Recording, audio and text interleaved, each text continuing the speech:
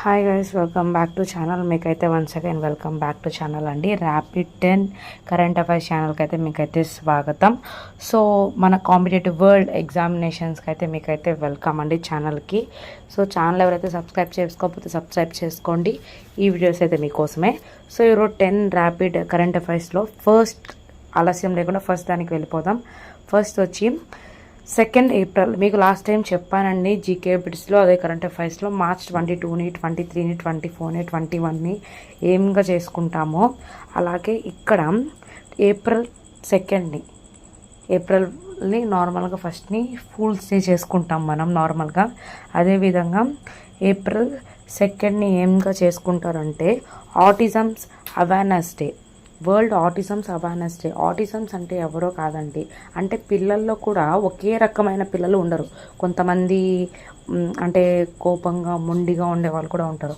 ఆ కోపంగా మొండిగా ఉండే వాళ్ళని కంట్రోల్ చేసుకొని అర్థం చేసుకునే ఇదినే వరల్డ్ ఆటిజమ్స్ అవేర్నెస్ డే అంటారు. ఆ డేని ఏప్రిల్ 2న జరుపుకుంటారు.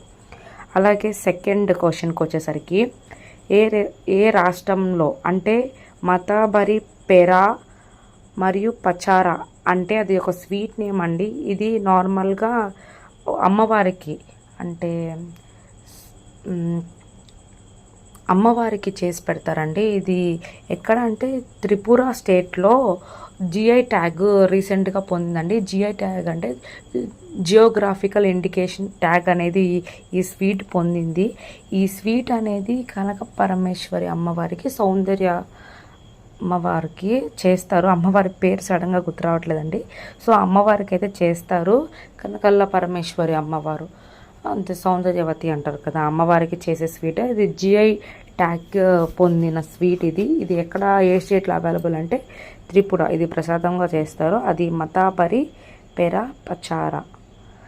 సో థర్డ్ క్వశ్చన్ ఎఫ్ఐ, మీకు ఆల్రెడీ చెప్పాను, ఫైనాన్షియల్ ఇయర్ 23-24లో కంపెనీలో వాటాలను విక్రయించడం ద్వారా కేంద్ర ప్రభుత్వం ఎన్ని కోట్ల రూపాయలను సేకరించింది?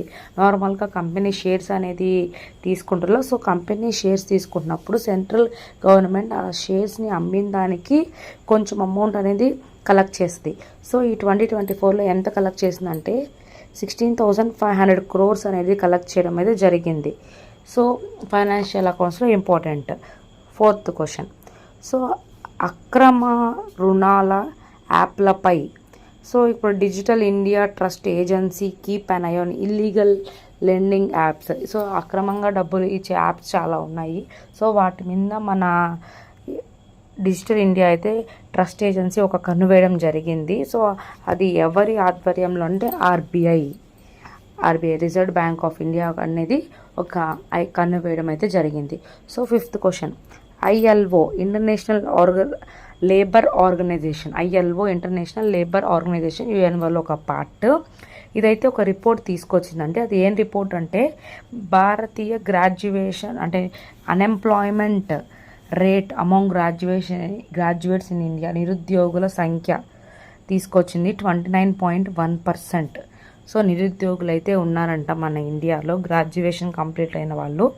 సిక్స్త్ క్వశ్చన్, అభివృద్ధి చెందుతున్న దేశాల్లో అంటే ఇప్పుడు కరోనా వైరస్ ఇంకా అభివృద్ధి చెందుతూ ఉంది, దాని మీద ఇంకా టెస్టులు నిర్వహిస్తున్న సంస్థ లేదా ఆర్గనైజేషన్ ఏది అంటే WHO, వరల్డ్ హెల్త్ ఆర్గనైజేషన్ అండి. సో ఇక్కడ Tata power రీనబుల్ energy has launched 200 megawatt solar project in which state? So Adani power project గుజరాత్లో స్టార్ట్ చేశానని చెప్పాను. అది 400 GW కరెంట్కి 4,000 బిలియన్ క్రోర్స్ అయితే కలెక్ట్ చేయడం అయితే జరిగిందని చెప్పాను. సో ఇదైతే టాటా వాళ్ళది, టాటా పవర్ రిన్యూవబుల్ ఎనర్జీ. వీళ్ళు వచ్చి 200 మెగావాట్స్ సోలార్ ప్రాజెక్ట్ అయితే స్టార్ట్ చేశారు. ఏ స్టేట్ అంటే వీళ్ళు కూడా గుజరాతే అండి. 2 గుజరాత్లో ఉన్నాయి. సో అందుకే 2 ర్యాండమ్గా చెప్పడం జరిగింది. సో మీరు ఒకసారి పాత జీకే బిట్స్ని చూస్తే మీకు దాంట్లో కనిపిస్తుంది. ఎయిత్ క్వశ్చన్, JNU అంటే Jawaharlal Nehru university teachers association అధ్యక్షునిగా ఎవరు నియమితులయ్యారు అంటే ఎవరు అపాయింట్ అయ్యారు అని అంటే మౌషమి బసు గారు అయితే జవహర్లాల్ నెహ్రూ యూనివర్సిటీ, ఇది one of the open university అండి. అంటే ఓపెన్ యూనివర్సిటీ కాదు. సో ఇప్పుడు డిస్టెన్స్ మోడ్లో ఎడ్యుకేషన్ పొందే వాళ్ళల్లో ఇది కూడా ఒక యూనివర్సిటీ. సో యూనివర్సిటీకి అసోసియేషన్ ప్రెసిడెంట్గా ఎవరు, టీచర్స్ అసోసియేషన్ ప్రెసిడెంట్గా ఎవరు అపాయింట్మెంట్ అయ్యారు అంటే Moushumi Basu. So 9th question.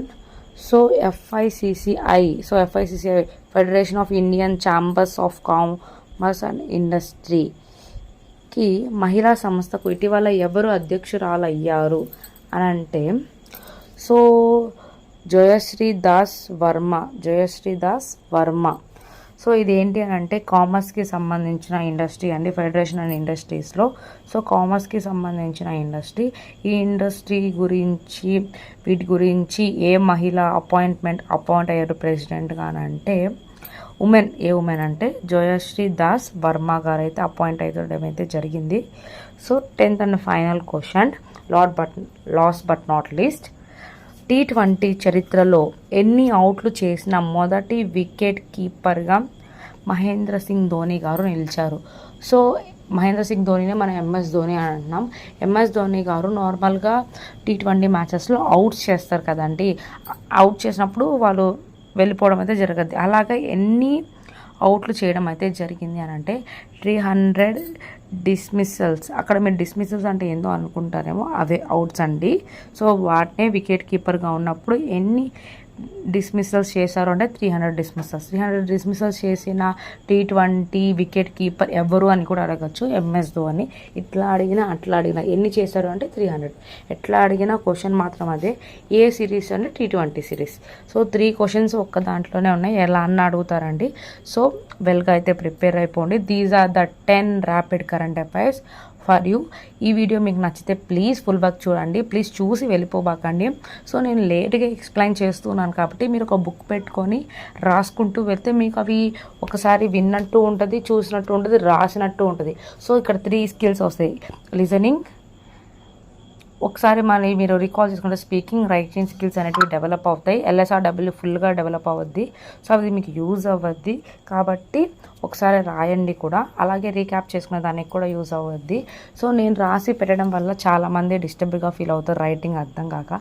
So అందుకని మళ్ళీ త్రూ బ్యాక్ వీడియో ఎడిటింగ్స్ ద్వారానే తీసుకొస్తున్నాను. నాకు వీడియో ల్యాగ్ అవుతున్నాను. సో మనం మిగిలిన సబ్జెక్ట్స్ మీద కూడా చేస్తామండి. సో కరెంట్ అఫైర్స్ ఏంటి అని అంటే ప్రజెంట్ గ్రూప్స్కి ప్రిపేర్ అయ్యే వాళ్ళకి, DSCకి ప్రిపేర్ అయ్యే వాళ్ళకి కరెంట్ అఫైర్స్ మోస్ట్ కాబట్టి వీటి మీద చేయడం అయితే జరుగుతుంది. ఆల్ సబ్జెక్ట్స్ మీద అయితే చేయడం జరుగుద్ది.